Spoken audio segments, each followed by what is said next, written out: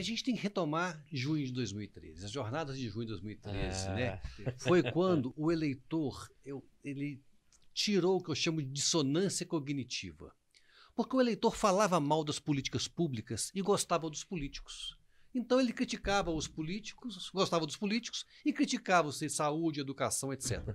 Quando veio a estruturação da Copa do Mundo, o eleitor descobriu que ele poderia ter políticas públicas padrão FIFA. E na busca dessa boa política pública, ele olhou para os políticos e falou, opa, não é nada disso que eles me entregam agora na Copa para determinadas políticas. E quebrou a avaliação de quase todos os políticos.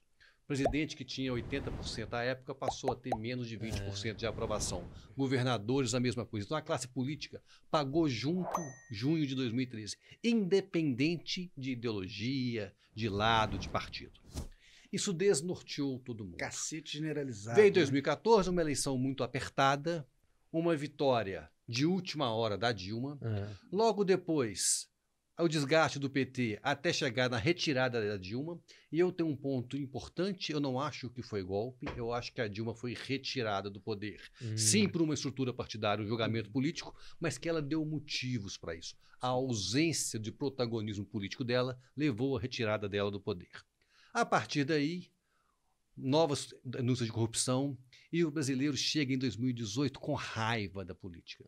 Eu faço uma analogia, Luiz. O brasileiro chegou em 2018 quando ele compra um produto na China, no AliExpress ou qualquer outra loja dessa, que você sabe que o produto é tão barato, mas tão barato, que se chegar algo muito ruim, ou mesmo não chegar, não tem problema, porque você não esperava nada mesmo. Perfeito. Então, em 2018, a expectativa do eleitor sobre a política era, chega qualquer coisa aí diferente que tem, e como não vale nada mesmo, e apostou num sujeito um pouco diferente, pelo menos aos olhos de alguns daquela época, diferente dos demais.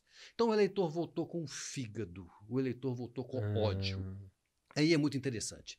Por que que isso não perdura mais? Sim. Não é só porque ele se frustrou, ou parte se frustrou com a eleição de 2018, com o resultado das políticas do então. Porque 2020 virou o jogo em relação à política.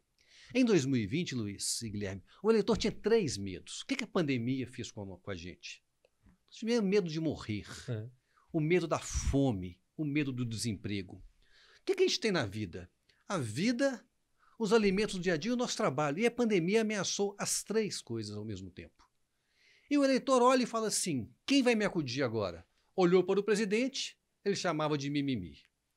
Olhou para alguns governadores, uns atuaram mais, outros menos.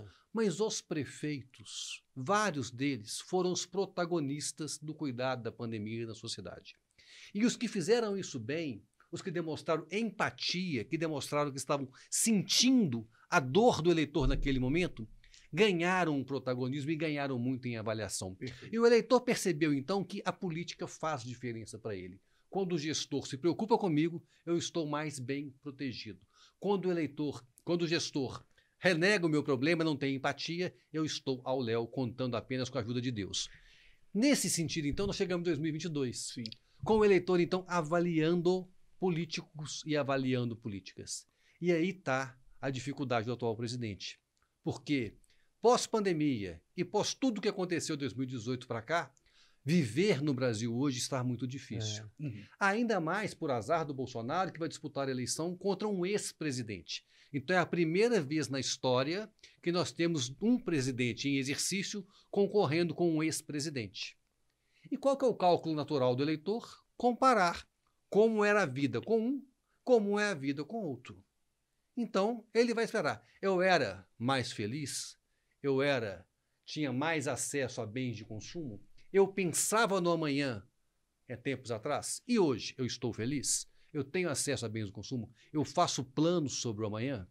Aí está a dificuldade da narrativa do Bolsonaro. Ele precisa parar de falar do passado, que foi a agenda que o elegeu, porque quanto mais ele lembrar do passado, o eleitor vai lembrar também que naquele tempo a vida era melhor.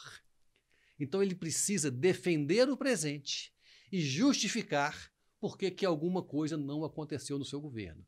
Então não basta ele causar o PT, a esquerda, a proximidade com a Venezuela, o comunismo. Ele vai ter que dizer outras coisas. E ele não tem mudado o disco.